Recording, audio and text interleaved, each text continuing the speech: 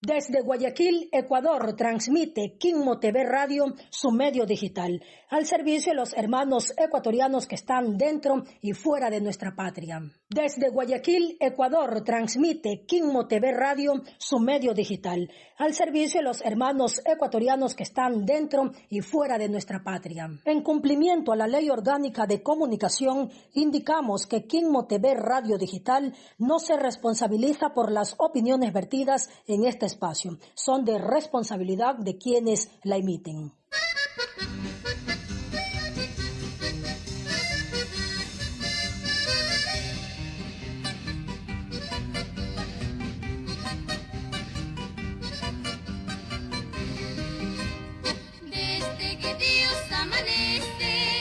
Buenos días, buenos días, buenos días, buenos días, hermanas y hermanos, buenos días, Ecuador, buenos días, comunidades montubias, buenos días, campesinos de mi patria, buenos días, agricultores de mi país, especialmente los pequeños agricultores de mi país, buenos días, un abrazo fraterno, un abrazo siempre afectuoso, un sentimiento siempre de pertenencia con el agro ecuatoriano, con el agro montubio especialmente. Buenos días para todos ustedes que nos escuchan. Pues bueno, un poco atrasado, pero ahí estamos, eso es lo importante. Como dice mi mamita, mejor tarde que nunca.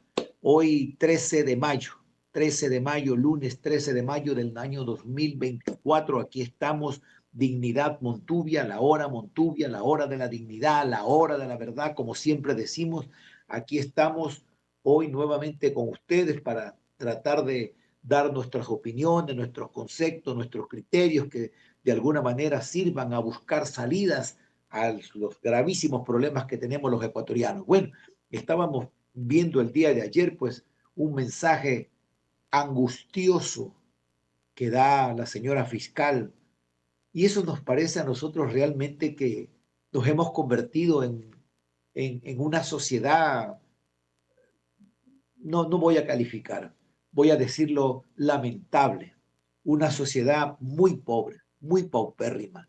O sea, estamos viendo que una valiente mujer nos dice auxilio, socorro, me van a matar, y no hay una parte de esa sociedad que se pronuncie, que plantee una salida frente a semejante denuncia que hace la señora fiscal con valentía, con dignidad. Ya lo ha hecho varias veces. ¿Dónde está el pronunciamiento del Colegio de Abogados del Guayas? ¿Dónde está el pronunciamiento de la universidad? ¿Dónde están las fuerzas vivas, los colegios de profesionales? ¿Qué plantean? ¿Qué proponen? Nada, absolutamente buenos para nada, incapaces, ineptos, mediocres. Esos son. Y esos videos los ven a nivel continental, a nivel mundial, porque hay gente que lo ve y a mí me suele comentar estos hechos. Entonces, uno dice, no, ¿qué clase de sociedad? Y después nos decíamos que somos orgullosos de ser ecuatorianos. ¿Orgullosos de qué, pues? Si ni siquiera planteamos una salida, qué sé yo, todo lo que ha hecho esta señora desde la Fiscalía General del Estado ha contribuido, ha aportado por lo menos a que la gente descubra esa verdad vergonzosa, lamentable, que somos los ecuatorianos, que somos como país. Ahí está, puesta al descubierto por esa valiente mujer. ¿Habrá otra negra igual a ella? ¿Habrá otra mujer igual a ella? ¿Habrá otra fiscal igual a ella? ¿El próximo que vendrá será igual? No, pues si precisamente la quieren destituir las mafias políticas que están en la asamblea, pues la quieren destituir, pues, para poner a alguien de su confianza, para seguir robándonos, seguir enriqueciéndose, seguir destruyendo el Estado, porque ya está destruido el Estado. El que me diga que no, yo lo invito a un debate. Está destruido, ya no existe un Estado de derecho, no existe ese Estado de derecho. La justicia está hecho pedazos en manos de esas mafias políticas. Es evidente, es notorio, es público, es un hecho que nadie lo puede negar, es innegable, es noticia mundial. Un país sin justicia, pues, no existe.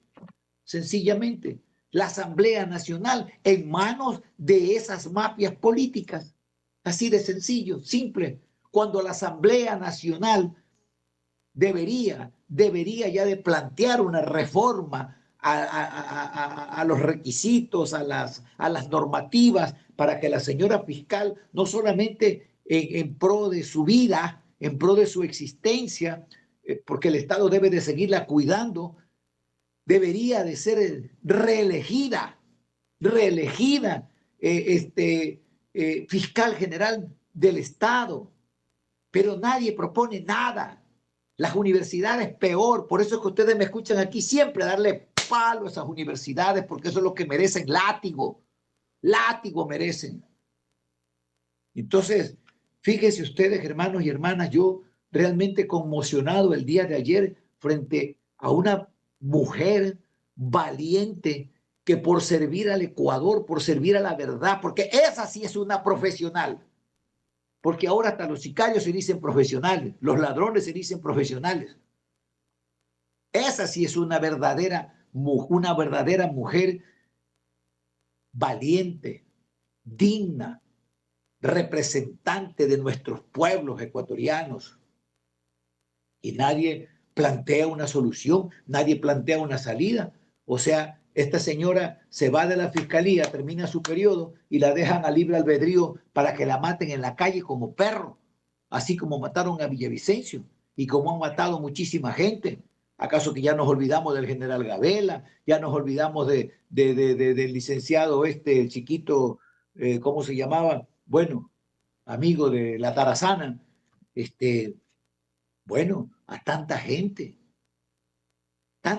son más de 25 asesinatos que se cometieron desde el 2014, 15 para acá, y que ahí están, asesinatos políticos. En las redes circulan, las noticias han sido públicas, las investigaciones son públicas, los hechos son reales. Entonces, realmente da mucha pena y coraje y rabia de ver que como sociedad hemos llegado a lo más bajo, al nivel más bajo.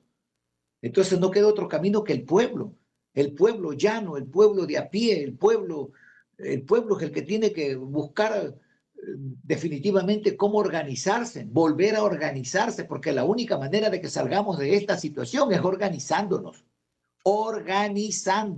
para poder sobrevivir a esta situación trágica. ¿Ya?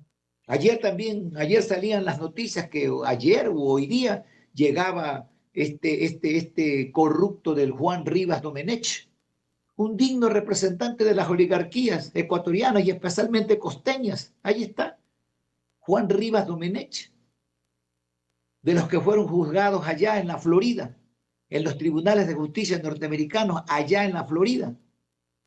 Ya llegaba ayer o hoy día.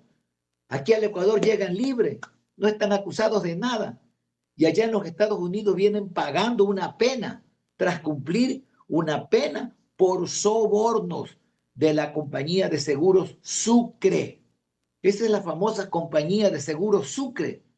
Ahora que se estableció el juicio contra Poli, ahí apareció las declaraciones, las colaboraciones, los dedeos, mejor dicho, que hizo Juan Rivas, dediando a sus compinches, a sus cómplices, con datos, con facturas, con recibos, con registros, con todo.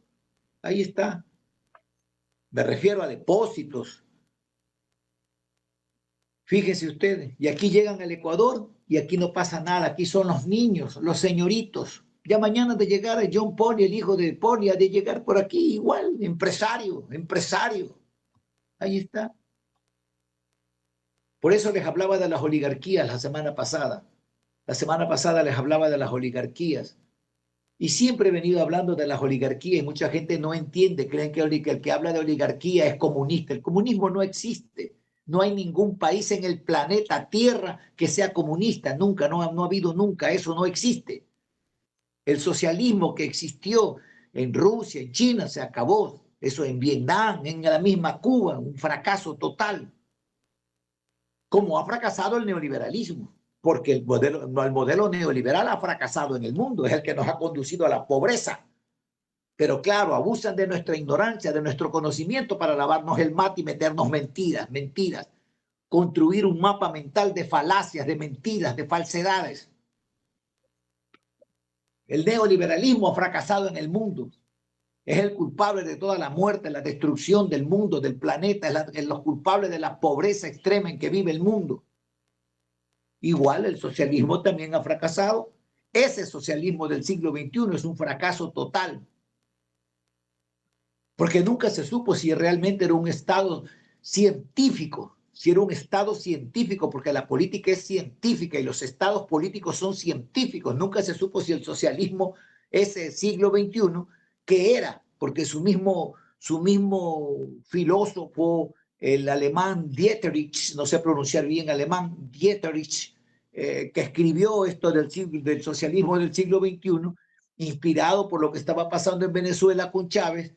Cuando se cabrió le dijo, bueno, ¿y esto qué es?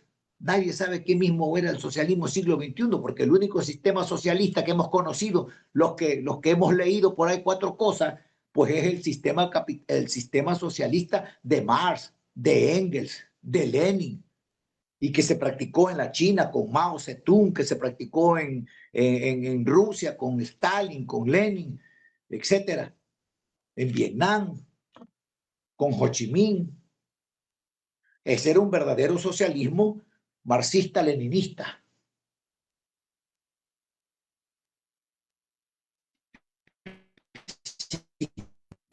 Yo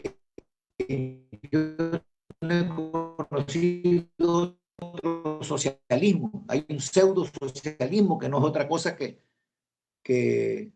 delincuentes disfrazados de políticos o bien la señora.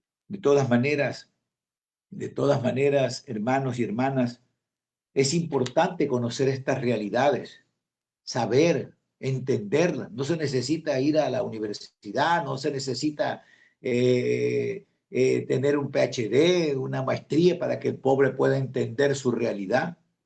Los pobres tienen la capacidad de asimilar la verdad, de entender esa realidad. Y lo hicieron en la Revolución Liberal. Quienes hicieron la revolución fueron los Montubios. Así que no eran PhD, ni magíster, ni cosa por el estilo. Y tuvieron los cojones necesarios para hacer una revolución, para cambiar los destinos en ese momento, llevar al Alfaro a la presidencia de la República. Obviamente traicionado y asesinado por esas mismas oligarquías que hoy siguen vigentes. Porque eso hay que entender esa realidad que a través de los medios nos ocultan. Entonces no sabemos quiénes son nuestros enemigos. O sea, vamos a pelear o queremos pelear y no sabemos quiénes son los enemigos, o sea, disparamos al aire. Esa es la realidad. Por eso desde este programa, desde este espacio que muy generosamente nos ceden a los Montubios, los principales ejecutivos de Quismo TV Radio, yo trato de aprovechar para compartir con ustedes los conceptos, los criterios que puedan servir, que puedan aportar a entender esta realidad. Entonces, lo que nos está pasando a nosotros aquí en el Ecuador es lo mismo que ha pasado en Colombia y lo mismo que ha pasado que ha pasado en los países de Centroamérica, El Salvador, Guatemala, que hoy está pasando en México, lo mismo. Y son experiencias que hay que recopilarlas, que hay que recogerlas, que hay que sistematizarlas para poder nosotros tener un criterio propio de cómo salir de nuestro problema. Entonces, aquí todos recordamos lo que pasó en Colombia. En Colombia no hubo una guerra interna, hubieron varias guerras internas, porque a los gobiernos les correspondió enfrentarse con las guerrillas de izquierda revolucionaria, marxistas, leninistas, como el M-19, las FARC, el ELN, eran grupos guerrilleros, eso sí, de izquierda. Eso sí, marxistas, leninistas, revolucionarios, no como los de acá que aparecen aquí, disque revolucionarios cuando nunca han tirado una piedra, cuando nunca han estado en la calle peleando junto al pueblo, nunca aniñados, manos suaves, de llamarse revolucionarios, socialistas, es mentira, cuentos, ladrones de que son, mañosos, y está comprobado, yo no estoy infamando, está comprobado. hasta la saciedad. Entonces, eso es lo que pasó en Colombia. En Colombia hubieron varios frentes de guerra. Imagínense la población sana, trabajadora, en medio de esa guerra. Allá estaban no solamente las guerrillas contra el Estado, sino que estuvieron también las autodefensas, que no era otra cosa que guardaespaldas armados, que cuidaban a los terratenientes, a las grandes haciendas, los agroexportadores, y eran unas matanzas increíbles. Igual los paramilitares, que también fue otra creación de esas oligarquías que dominaron y siguen dominando a Colombia. ¿Verdad? Eso hay que conocer. Los colombianos salieron huyendo de allá porque por todos lados los mataban. Si no los mataban los militares, los mataban los paramilitares. Y si no los mataban los paramilitares, los mataban los autodefensas. Y si no los mataban los autodefensas, los mataban los guerrilleros. O sea, ya no tenían otra salida que la escapatoria. Y escaparon y aquí vinieron a parar esos hermanos revolucionarios, esos hermanos trabajadores, campesinos de Colombia. Colombia fue realmente en la época de Uribe, en la época de Pastrana. Yo estuve por allá, yo conozco, a mí no me lo han contado, lo he leído y conozco su historia y parte de su historia y estuve ahí. La época de Pastrana, de Uribe, de Belisario Betancur, realmente fue una guerra desatada porque hubo otra guerra que le desató también el narcotráfico. Pablo Escobar le declaró una guerra al Estado colombiano.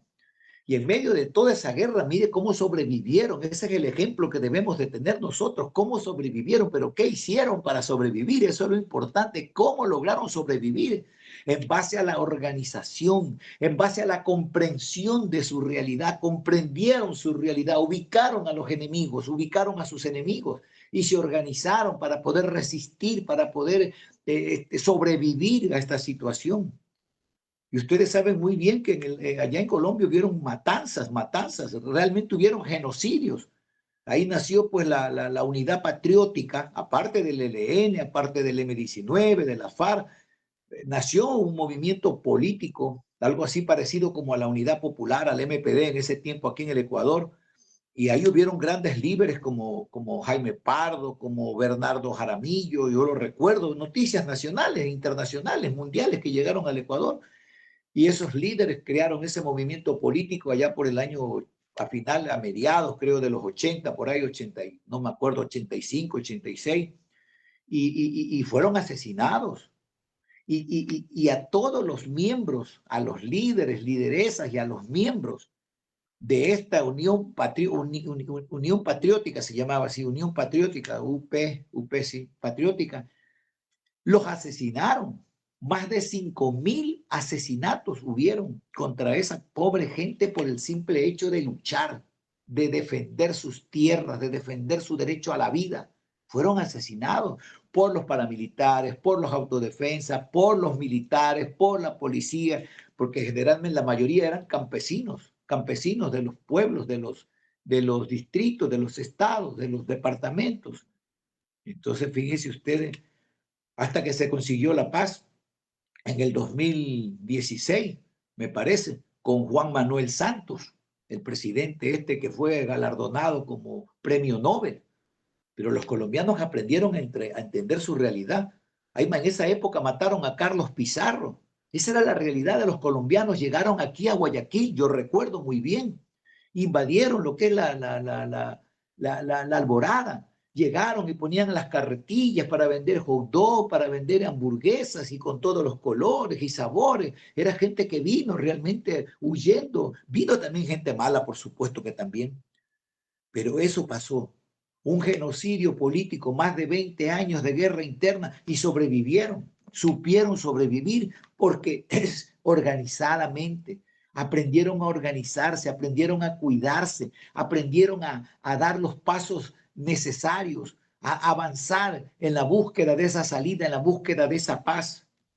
Y lo más importante, que tomaron conciencia de esa realidad, tomaron conciencia, o sea, yo me alegro mucho de lo que pasó con la última votación de la consulta popular. Me parece que hay un despertar de la población, me parece que hay un despertar, y para que vean que el pueblo sí tiene inteligencia, supo razonar y no votó por las preguntas 4 y 5, que en este caso era la D y la E. Votó no. Muy bien. Pero por lo que le interesaba, lo relacionado a la seguridad, votó sí. Sí a que los militares permanezcan en las calles, sí a combatir, a aumentar las penas, qué sé yo, sí a todo lo que el presidente le pidió en relación a ese tema. El pueblo votó sí. Qué inteligente. No le hizo caso ni a Correa ni a Nebot. A Correa que pedía no, no, todo no. Imbécil.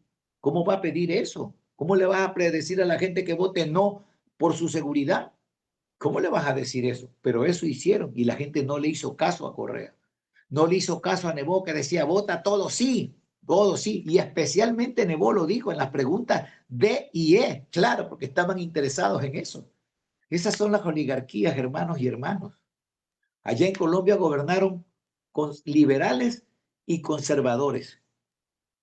Hasta cuando hubo la explosión esta en el asesinato del candidato Luis Carlos Galán, cuando mataron a finales del 80, los 80, 89, 88, mataron a Carlos Galán. Ahí fue la explosión del pueblo colombiano y buscó la paz. Una paz que no la pudo manipular las oligarquías y Juan Manuel Santos. Juan Manuel Santos no pudo manipular ese tema de la paz en una consulta popular cuando ya estaba aprobado y firmado el documento. Los colombianos le dijeron, no carajo, le dijeron. ¿Sí?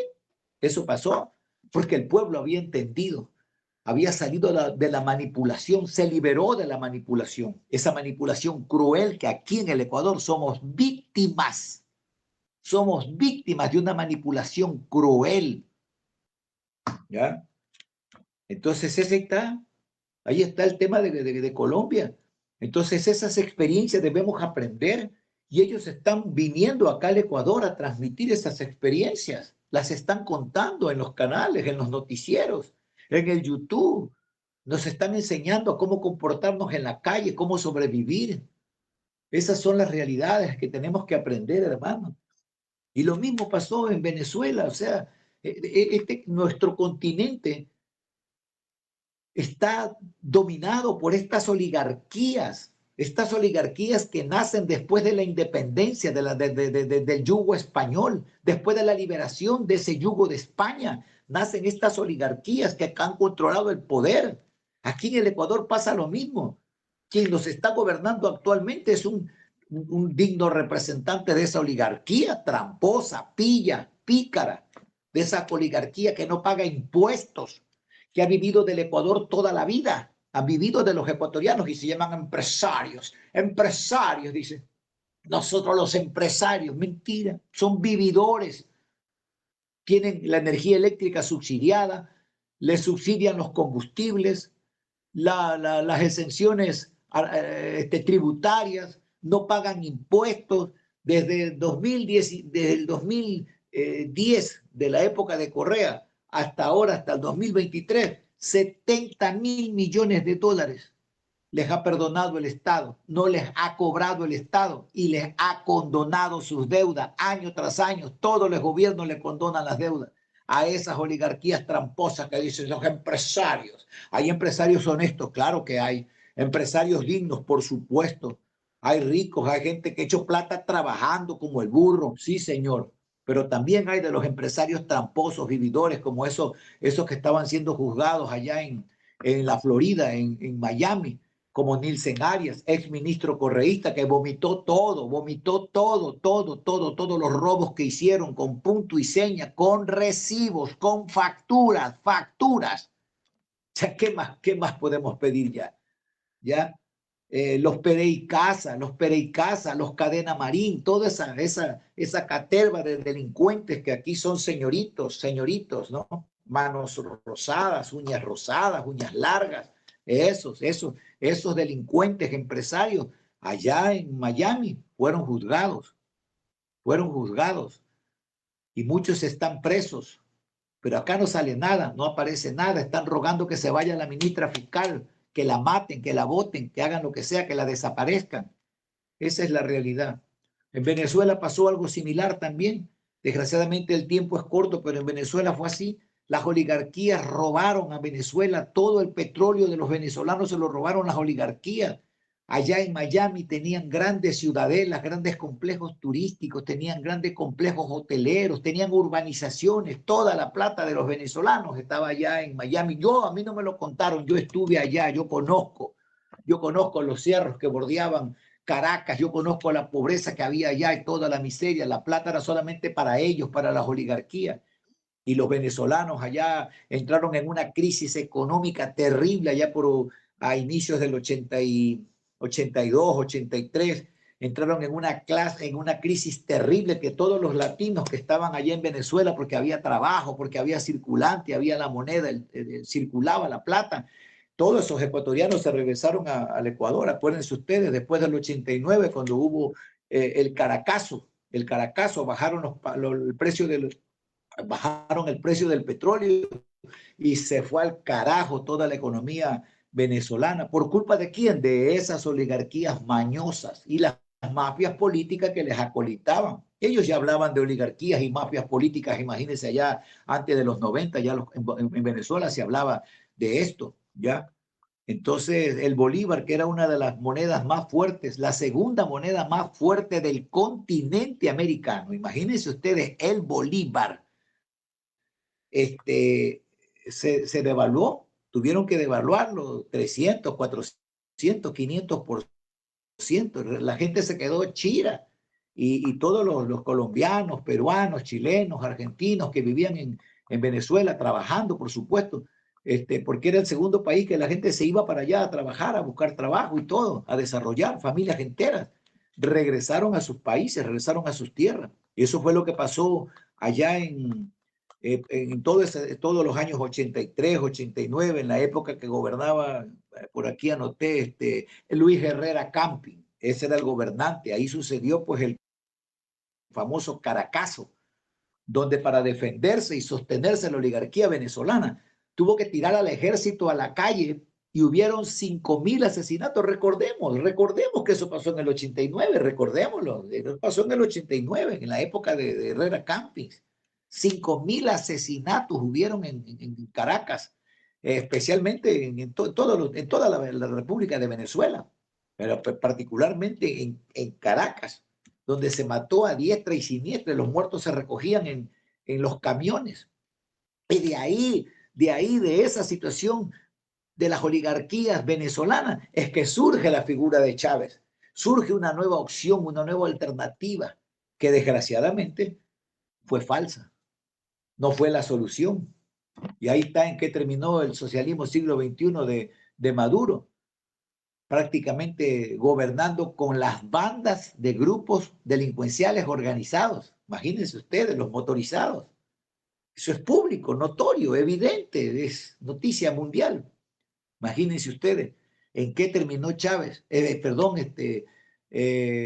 Maduro. Entonces, la famosa unidad latinoamericana no hubo nada, lo que hubo fue una unidad política, ideológica, más no la unidad latinoamericana, histórica, cultural, económica. Se hablaba de una nueva estructuración, de una nueva arquitectura económica en el continente, nada, todo fue cuento, mentira. Era la unidad entre los pro chinos, pro rusos, nada más. O sea, salieron del imperio yanqui, del imperio norteamericano, que se quejábamos o nos quejábamos tanto, y para someternos al imperio chino, al imperio ruso. Vean ustedes. Así de simple, o sea, no pasó nada. Y ahí está Nicaragua. Qué pena, ¿no? Por gente que luchó tantos años en su país. Yo tengo unos amigos tengo un amigo que fue comandante, trabaja en la Procuraduría General del Estado con Bukele allá en El Salvador, porque allá hubieron guerras civiles, hubieron en El Salvador, en Nicaragua, entonces en Guatemala. Entonces allá ha pasado lo mismo. Entonces todas esas experiencias deben de ser asimiladas por nosotros los ecuatorianos para que tengamos la necesidad de entender esta realidad con pleno conocimiento. ¿Quiénes son los enemigos? Las mafias políticas y esas oligarquías corrompidas. Esos son los enemigos, hay que entenderlo para que no nos vendan humo. Porque en cada elección votamos, mire, salimos del Lazo y entramos a otro oligarca. O sea, salimos de la bancocracia, de la oligarquía bancaria de Lazo y entramos a de otro oligarca, los Noboa, la peor oligarquía de todas las oligarquías, porque el muchacho, yo no lo quiero juzgar, yo no quiero juzgar al joven, yo no me meto con los jóvenes, yo me siento feliz con los jóvenes, yo trato de apoyar a los jóvenes, yo lo hice, en la práctica lo hice, en el pueblo Montuyo le di oportunidad a los jóvenes y a las mujeres especialmente. Y en el CODEMO, el Consejo de Desarrollo, yo lo tenía lleno de mujeres, muchachas que apenas eran bachilleres, que apenas se habían graduado, las mandamos a estudiar a la universidad, pero el mejor estudio que hicieron fue en la práctica, ahí entendieron lo que era el desarrollo económico, desde las ciencias endógenas, desde la cultura, desde la riqueza de la naturaleza, desde la riqueza ambiental, ahí entendieron la diferencia conceptual y visionaria, ahí entendieron la parte psicosocial, la parte psicológica, la parte humana del pueblo. Esas fueron muchachas que luego salieron de ingenieras, expertas en auditoría, expertas en comunicación, expertas en todo, salieron de la universidad, pero su verdadero aprendizaje estuvo en la práctica, en el hecho, en la acción ahí, porque la universidad no les enseñó nada. Esa es la realidad. Son las propias investigaciones las que tienen que enseñarte. Esa es la autoeducación autodidacta. Hay que estudiar permanentemente, investigar, que es lo que yo hago ahora. Estoy investigando la parte. Yo no soy investigador, ni soy historiador, ni soy representante de nada. Yo soy un cojudo más del pueblo Montubio, pero ese es mi derecho. Soy miembro del pueblo Montubio. Tuve la suerte de ser constructor de ese proceso, idealista, constructor del proceso Montubio, dirigirlo, conducirlo. ¿Sí? Entonces soy parte de ese proceso histórico. Entonces me siento orgulloso de aquello trato de no ser mezquino y trato de aportar, de apoyar desde estos espacios que generosamente nos ceden gente buena, gente maravillosa que hay en este país, porque si hay gente maravillosa, aunque no somos más, los corruptos son más, porque no solo es corrupto aquel que comete el acto de corrupción, sino aquel también que lo solapa, que lo encubre. Y aquel que lo encubre, lo solapa, también es corrupto. ¿Sí? Porque calla, hace silencio, ve lo que está pasando en el país. Entonces, hermanos y hermanas, eso es lo que tenemos, eso es los pasos que tenemos que dar, tomar, tener claridad absoluta y total de que nuestros enemigos, los que han destruido el país, los que nos han empobrecido, son esas mafias políticas y esas oligarquías, esos. Así que saquémonos de la cabeza empresario. Es que Lazo es empresario, por eso hay que votar por Lazo, él es rico, él no va a robar. Mentira, ¿no ves? Vayan a ver pues, el relajo que hay en Enco, que lo puso a su pana del alma, Hernán Luque, lo puso a manejar 28.000 millones de dólares, perdón, sí, 28.000 millones de dólares en los 2 años, así, solito, un solo hombre, y salió huyendo. Nadie lo acusó de nada, solo salió huyendo y se fueron. Y Carlos Vera decía en directo, decía Carlos Vera, se están llevando la plata en maletines. Bueno, no decía la plata, decía, se están llevando en maletines, están embarcando maletines, maletas grandísimas, dicen, enormes maletas viajeras, están embarcando a los carros. Entra en este momento un carro, dice, de seguridad, de esos que manejan plata, de esos que transportan plata, esos blindados, entra en este momento a una casa, dice, a recoger. ¿Qué recoge? ¿Qué recogerá? Calzoncillos, camisetas, ¿qué recogerá? Fíjense ustedes. Carlos Vera lo decía en su programa. Claro, con la timidez de que como que tira la piedra y esconde la mano. No tiene los pantalones pues bien puestos, ¿no? Para decirlo bien claro, como hablamos los montubios, clarito, y las cosas las llamamos por su nombre. Entonces, hermanos y hermanas, definitivamente hay que entender esta realidad. Hay que tomar conciencia de que este es el único país donde van a vivir nuestros nietos, nuestros hijos. Nosotros somos culpables de lo que le estamos dejando porque lo hemos permitido. O sea, no hay país. Ya este no es un país. No es un país. No existe el Estado de Derecho. No existe un Estado democrático donde lo único que hacemos los ecuatorianos es un día ir a votar, un día domingo ir a votar. O sea, eso es lo único porque te necesitamos un papelito. Eso no es democracia. Eso no es democracia. Por ahí anda el presidente diciendo que han aprobado un código de ética. Conmigo no lo han consultado, con los montubios, con los campesinos, con los agricultores, con la gente. Yo no creo que hayan consultado con los indígenas, con los indígenas que tienen una muy buena representación en el país, porque aquí en la costa ya no hay quien nos represente, acá no hay nadie. Pero en la sierra hay los indígenas, hay la Federación de Barrios de Quito, entonces deberían de consultar pues con la gente, no es que ya aquí está, tengan, aquí está, pues si no consultan con nadie. Ahí está esa mamarrachada de ley que han aprobado, esa ¿cómo se llama? La ley de acoso laboral. Una mamarrachada como las otras mamarrachadas que aprobaron, como las otras mamotretos de leyes que aprobaron ahora poquito. ¿Para qué nos sirve esa asamblea? ¿Para que maten a la fiscal? ¿Para que destituyan a la fiscal? ¿A quienes los investiguen? Para eso sirve. Porque una ley de acoso laboral, hermanos y hermanas, si eso hubiese existido, si esa ley hubiese existido cuando los Montubios construimos nuestro CODEMOD, créame que no hubiésemos hecho nada. Porque los Montubios que trabajaron en el CODEMOD trabajaban lunes, martes, miércoles, jueves, viernes, sábado y domingo. 7 días de la semana trabajaron. Y todos los días trabajaban. Y nosotros somos creadores, somos inventores. Inventamos las soluciones, construimos las soluciones. Entonces nosotros a las 2 de la mañana nos despertábamos y nos llamábamos y decíamos, oye, tengo esta idea, ¿qué te parece?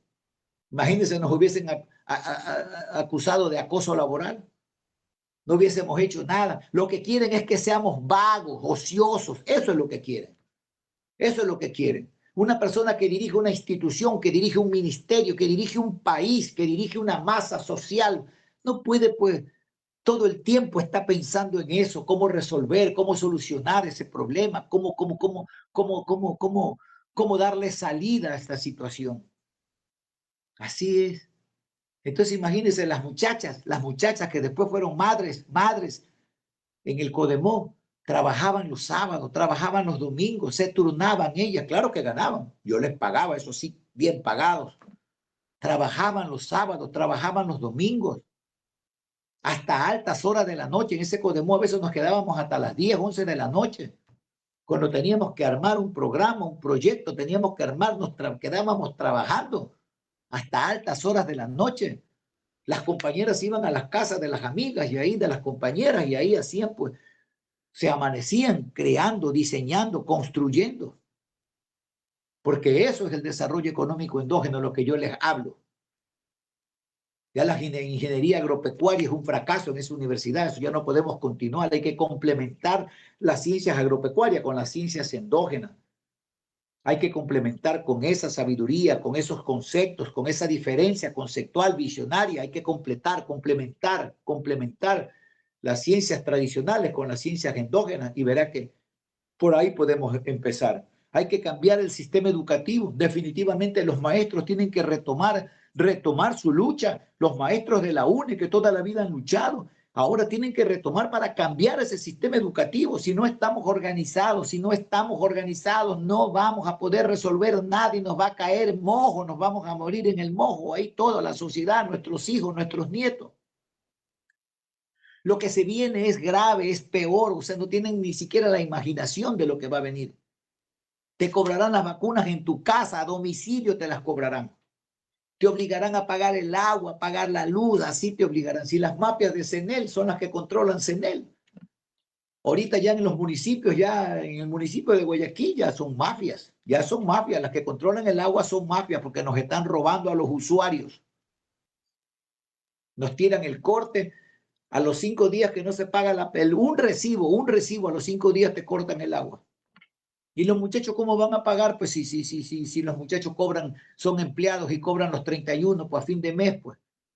No, lo siento, cortado. ¿Para qué te cobran? Porque por el corte cobran y por la reconexión también cobran. O sea, son mafias que están operando aquí.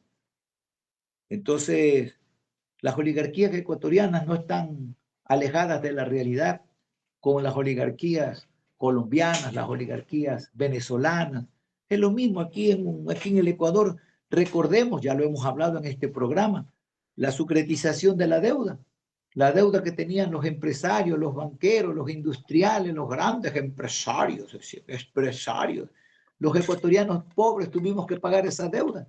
Vino Osvaldo Hurtado y la sucretizó y se hizo cargo de la deuda de los ricos, de los millonarios. Tenían hasta deuda del Country Club, del Guayaquil Yacht Club.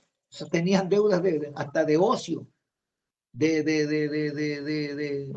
de diversiones, hasta el whisky, todas esas deudas que tenían, nosotros los ecuatorianos pagamos así, a nosotros nos cobraron, a los giles.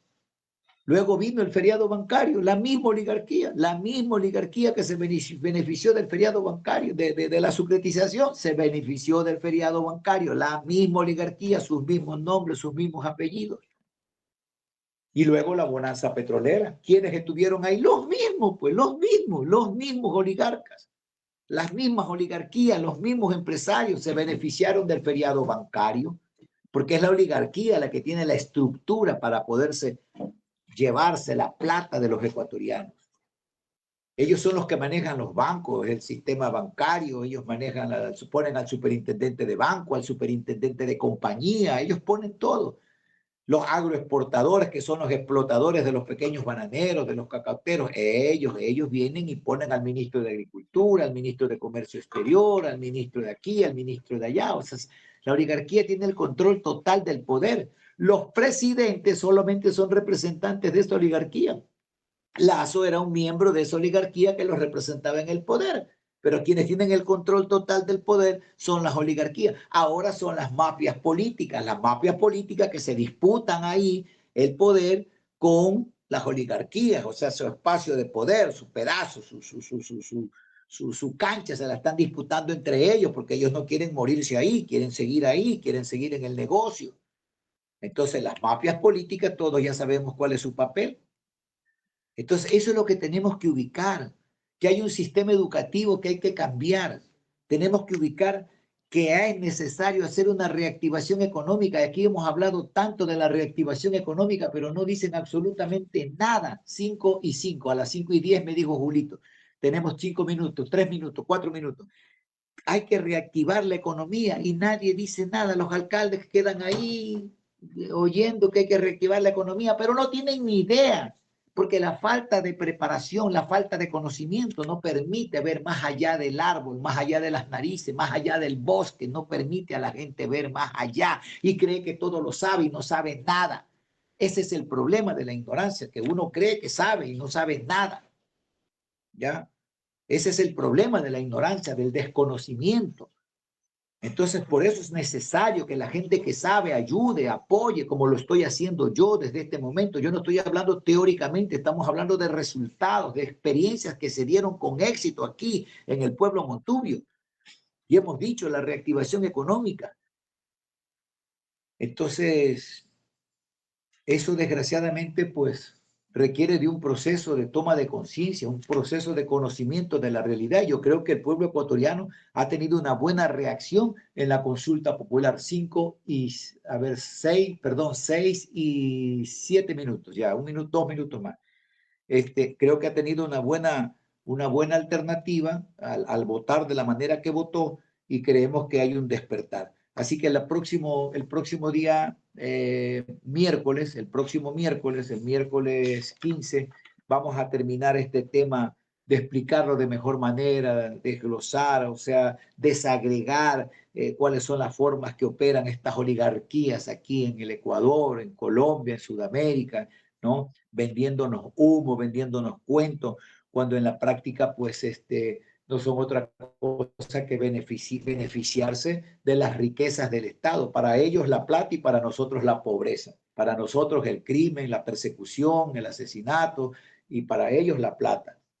Y entonces, bueno, pues el próximo día miércoles vamos a estar con mucho más, vamos a preparar de mejor manera para que podamos explicar así el papel de las oligarquías con las mafias políticas, destrucción total, control total del Estado.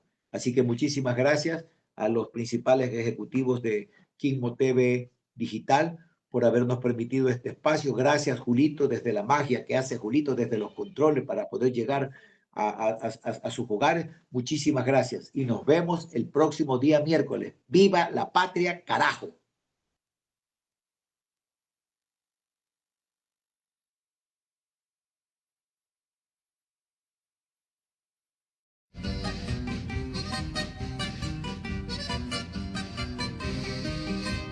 Desde que Dios amanece hasta que Dios anochece,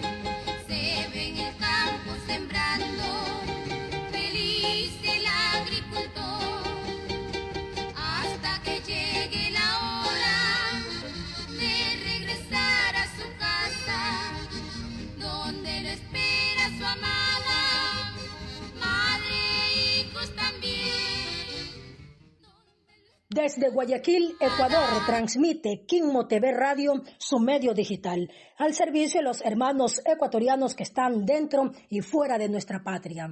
En cumplimiento a la Ley Orgánica de Comunicación, indicamos que Quimmo TV Radio Digital no se responsabiliza por las opiniones vertidas en este espacio. Son de responsabilidad de quienes la emiten.